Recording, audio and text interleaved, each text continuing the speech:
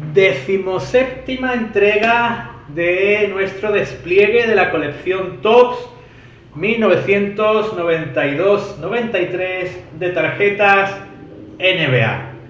Hoy comenzamos con Walter Palmer, que probablemente pasara la mayor parte del tiempo en los partidos sentado en el banquillo. De ahí que esa fuese la foto que pudiese obtener el fotógrafo en ese encuentro. Vamos a ver la trasera. Parece que era un jugador bastante alto, si os fijáis en la altura de las rodillas, y jugador que dispondría de muy pocos minutos en los Mavericks. Vemos que había sido seleccionado por Utah Jazz. Lógico, jugador blanco, muy alto, era el jugador fetiche, prototipo de jugador fetiche para los Jazz. Vemos que después de esa primera temporada en Utah, en la que solo había promediado 1,4 puntos por partido, se marchó a Alemania, donde probablemente lo haría relativamente bien, como para volver a la NBA, a los Dallas Mavericks. Sin embargo, yo diría que no tuvo una trayectoria larga en NBA, y seguramente después de ese paso por los Mavericks volvería a la liga alemana o alguna otra liga similar. Vamos con el siguiente jugador. Ya sabéis que vamos a sacar 10 jugadores, es lo que estamos haciendo últimamente, y tenemos a un jugador mucho más conocido, como es Larry Krystkowiak, jugador que en ese momento estaba en los Jazz, pero que lo recordaréis muchos de vosotros más bien en los Milwaukee Bucks, si no recuerdo mal. Alero, no sé si podía llegar a jugar de ala pívot. Vamos a ver la trasera, a ver qué nos indica. Como veis, 6'9", sí. Alero quizás más bien. Podría llegar a jugar de ala pívot, estaría ahí en ese límite de los 2,6 metros, que podía jugar en las dos posiciones. Y vemos que su mejor temporada había sido la 88-89 en los Bucks, con 12,7, pero a partir de ahí otra lesión de rodilla, de esas que tantas veces nos aparecen en las trayectorias de estos jugadores, le marcó, y tras una temporada en la que solo juega 16 partidos, al volver en la siguiente temporada con los Bucks ya no iguala, no alcanza esos 12,7 puntos. Nuestro segundo jugador. Vamos a ver quién es el tercer jugador. Y tenemos por aquí a Marcus Liberty, jugador de los Nuggets. En la tarjeta el jugador más destacado que vemos es Danny Ainge en la parte izquierda de la misma. Y vamos a ver, no tengo un recuerdo muy claro, parece que no era un jugador muy alto, probablemente diría yo que escolta. Vamos a ver qué nos dice la trasera. Bueno, 6'8", sí, delgadito, pero no muy bajo. Esas dos primeras temporadas en Nuggets no estaban mal, estaban en progresión ascendente. Yo diría que no fue a mucho más. Este jugador nacido en Chicago, otro más de esa infinidad, de ese ejército de jugadores nacidos en Chicago. Y vemos que sus estadísticas nos aparecen que en Illinois estaban en 17,8 puntos por partido, siendo solo superado en el equipo de Illinois por el gran Kendall Gill. Continuamos. Cuarto jugador de nuestro despliegue de hoy es Sam Mitchell, un jugador de los Indiana Pacers que puede que nos saliera en su anterior equipo en otra tarjeta de esta colección. No estoy seguro, pero es posible que así sea. Vamos a ver la trasera de este alero de los Pacers. Veis que había tenido 3 temporadas muy buenas en los Timberwolves, aunque bueno, buenas pero con una progresión de altibajos, y esa última temporada en los Wolves no había sido la mejor, de hecho había sido la peor de las 3 de Sam Mitchell. Nos comentan que, bueno, es un jugador del draft del 85, pero había tenido que jugar en CBA y Europa antes de llegar a la NBA. De todas formas, es un jugador que os sonará el nombre y que después tuvo una larga trayectoria en NBA. No es como alguno de los que ha aparecido anteriormente, como ese Walter Palmer, del que no guardo ningún tipo de recuerdo. Continuamos y lo hacemos con Kiki Van de Wijk, jugador, ya sabéis, de origen alemán. Aquí lo vemos en un partido de los Clippers frente a los Sacramento Kings, culminando un contraataque.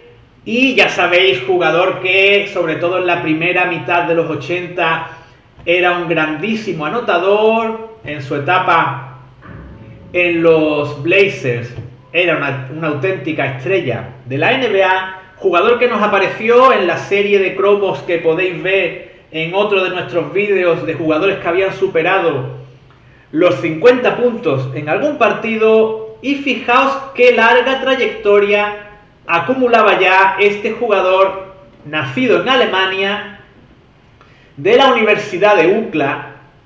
Todo su perfil era muy ideal.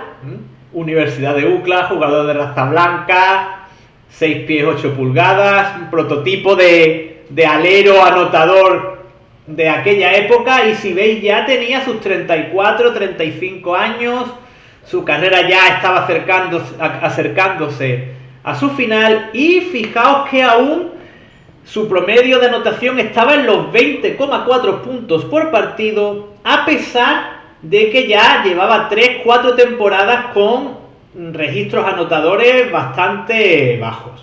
Veis que sus mejores años son tanto en Nuggets como en Blazers, acercándose incluso en una temporada en Nuggets a los 30 puntos por partido.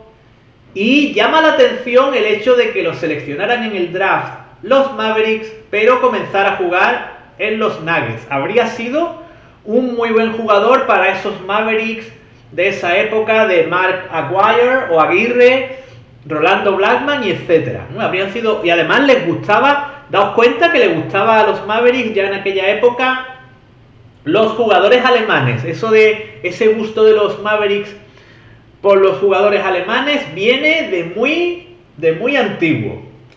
Quinto jugador, vamos con el sexto jugador. Y tenemos un jugador que os sonará enormemente como Vincent Askew, jugador fetiche de George Karl, como recordaréis, jugador que George Karl fichó para el Real Madrid de baloncesto, y jugador que tuvo una trayectoria muy buena en NBA una vez que se asentó. Le costó, era otro de esos jugadores que primero estuvo en CBA y demás, y en los Sonics tuvo unos años muy buenos, siendo un jugador muy relevante en ese equipo. Como veis, sus inicios no habían sido fáciles, varias temporadas siendo un jugador marginal, una temporada en los Warriors en la que juega 80 partidos, pero sus promedios, ahí tiene que haber un error, porque aparecen los promedios anotadores en 0, no puede ser 0, porque anotó 500 puntos, pero aún así seguía siendo una temporada discreta. Y jugador, como dato extra, que estaba en esos Supersonics que llegaron a la final de la NBA frente a los Chicago Bulls. Continuamos, y nuestro séptimo jugador de hoy es Travis Mays. Aquí lo vemos defendido por Vernon Maxwell, Travis Mace, no tengo un gran recuerdo de este, parece que base escolta de los Hawks, así que directamente vamos a la trasera y vemos un primer año muy bueno con los Sacramento Kings, con 14,3 puntos, aunque nos comentan que nunca se llegó a convertir en un prometedor rookie en Sacramento, pero esos puntos no están mal. En la 90-91 también nos comentan que fue el séptimo en triples, séptimo de la NBA en triples y cuartos entre los rookies en anotación, es decir, séptimo en triples y cuartos en anotación entre los rookies. Y es el jugador que llega a Atlanta en el intercambio que mandó a Scott Webb a los Sacramento Kings. ¿De acuerdo? Pues poco más que comentar sobre Travis Mace. Ya os digo, no tengo así un recuerdo en especial sobre él. Y continuamos y lo hacemos con Charles Smith, que ya nos apareció en la tarjeta del 50 Point Club. Otro jugador que en su etapa en los Clippers, evidentemente no en los Knicks, donde era mucho más difícil, había logrado en algún partido anotar los 50 puntos. Ya os he comentado, jugador que podríamos meter en ese terreno de las eternas promesas, jugador a lo mejor, siendo un jugador duro, le faltaba un poco de mala leche y de dureza para la época de la NBA en la que nos encontramos. Y aquí tenéis sus magníficas estadísticas en sus 3 primeras temporadas, y tenemos ya esa cuarta en la que sufre una lesión y evidentemente su rendimiento se ve reducido. Un jugador que me imagino que lo recordáis más de su etapa de Knicks que no de la de Clippers, aunque todo depende evidentemente de la edad que tengáis. Veis que en triples el hombre no andaba muy bien, 1 de 28, pero como siempre digo, en aquella época no hacía falta ser un buen lanzador de triples para ser una estrella o un jugador importante en NBA. En este caso, por ejemplo, estamos ante un número 3 del draft, para el que nunca fue un problema eso de no anotar desde detrás de la línea de triples. Continuamos con John Buckley, ese base regordete que vino a sustituir a Dennis Johnson en los Celtics, jugador que venía más bien de franquicias perdedoras, aunque tenía cierto prestigio, buenas estadísticas, pero que en los Celtics no destacó de una manera muy llamativa. Jugador que, ya os digo, en los Celtics no llegó a las cotas, como veis, no llegó a las cotas que había alcanzado en otros equipos. Fijaos que comienza en Cleveland, está en Cleveland durante 5 temporadas, después pasa a New Jersey, donde tiene su mejor temporada con 12 puntos por partido. Ya su segunda temporada en los Nets no es tan buena, pero aún así los Celtics le fichan y su rendimiento en los Celtics es bastante más bien mediocre, ¿vale? Deja bastante que desear, diría yo. Jugador que era de la Universidad de Boston College, lo cual probablemente contribuyó a su fichaje. Y atención, porque tenemos la estrella en el día de hoy para terminar nuestro unboxing de esta jornada. Nada más y nada menos que James Worthy, el alero de los Lakers, uno de los mejores jugadores de los 80, MVP de la final de NBA en la que los Lakers derrotan a los Pistons, culminador de los contraataques que iniciaba Magic Johnson, y si recordáis, jugador que protagoniza un maravilloso vídeo del programa Cerca de las Estrellas, de el que próximamente hablaremos de ese vídeo, ¿vale? Porque es un vídeo que me encanta y que muchos creo que recordaréis, con la música de a-ha de fondo.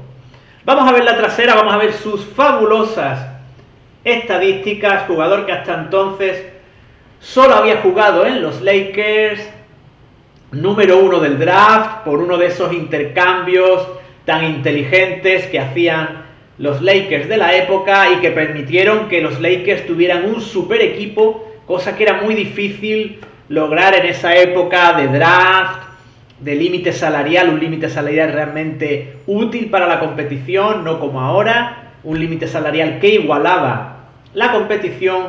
Y como veis, estadísticamente, vamos a ver, jugador que tiene como 3 temporadas de cuesta arriba y en una mejora continua. Ya en su 4ª temporada alcanza los 20 puntos y ya está en esa línea bordeando los 20 puntos durante todas las temporadas que vienen a continuación. Jugador con bastante buen porcentaje en tiro de campo y fijaos que ya en esos últimos años, como le solía pasar, ahora ya desde jóvenes, pero antes los jugadores mejoraban el tiro sobre todo con la edad. Y vais viendo que en los últimos años de su carrera se iba prodigando un poquito más y de una manera que no estaba mal desde la línea de 3. Sus porcentajes de tiros libres no están mal, pero si recordáis, en momentos de presión a veces los tiros libres se le atragantaban.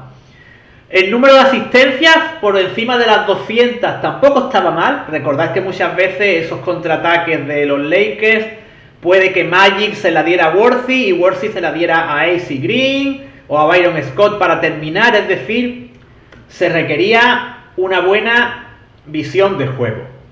Y también, como veis, y eso lo sabéis de sobra los que fueseis seguidores de los Lakers en la época, jugador que mejoraba notablemente su rendimiento en los playoffs, donde se jugaba realmente lo importante en la NBA, aunque la regular season de la época fuese mucho más dura que la de ahora, pero en playoffs subía sus números en casi 3 puntos por partido. Y con James Worthy nos despedimos por hoy en este 17º vídeo de nuestro unboxing colección Topps 92-93. Espero como siempre que os haya gustado y nos vemos en los próximos vídeos aquí en Retrobasket Spain.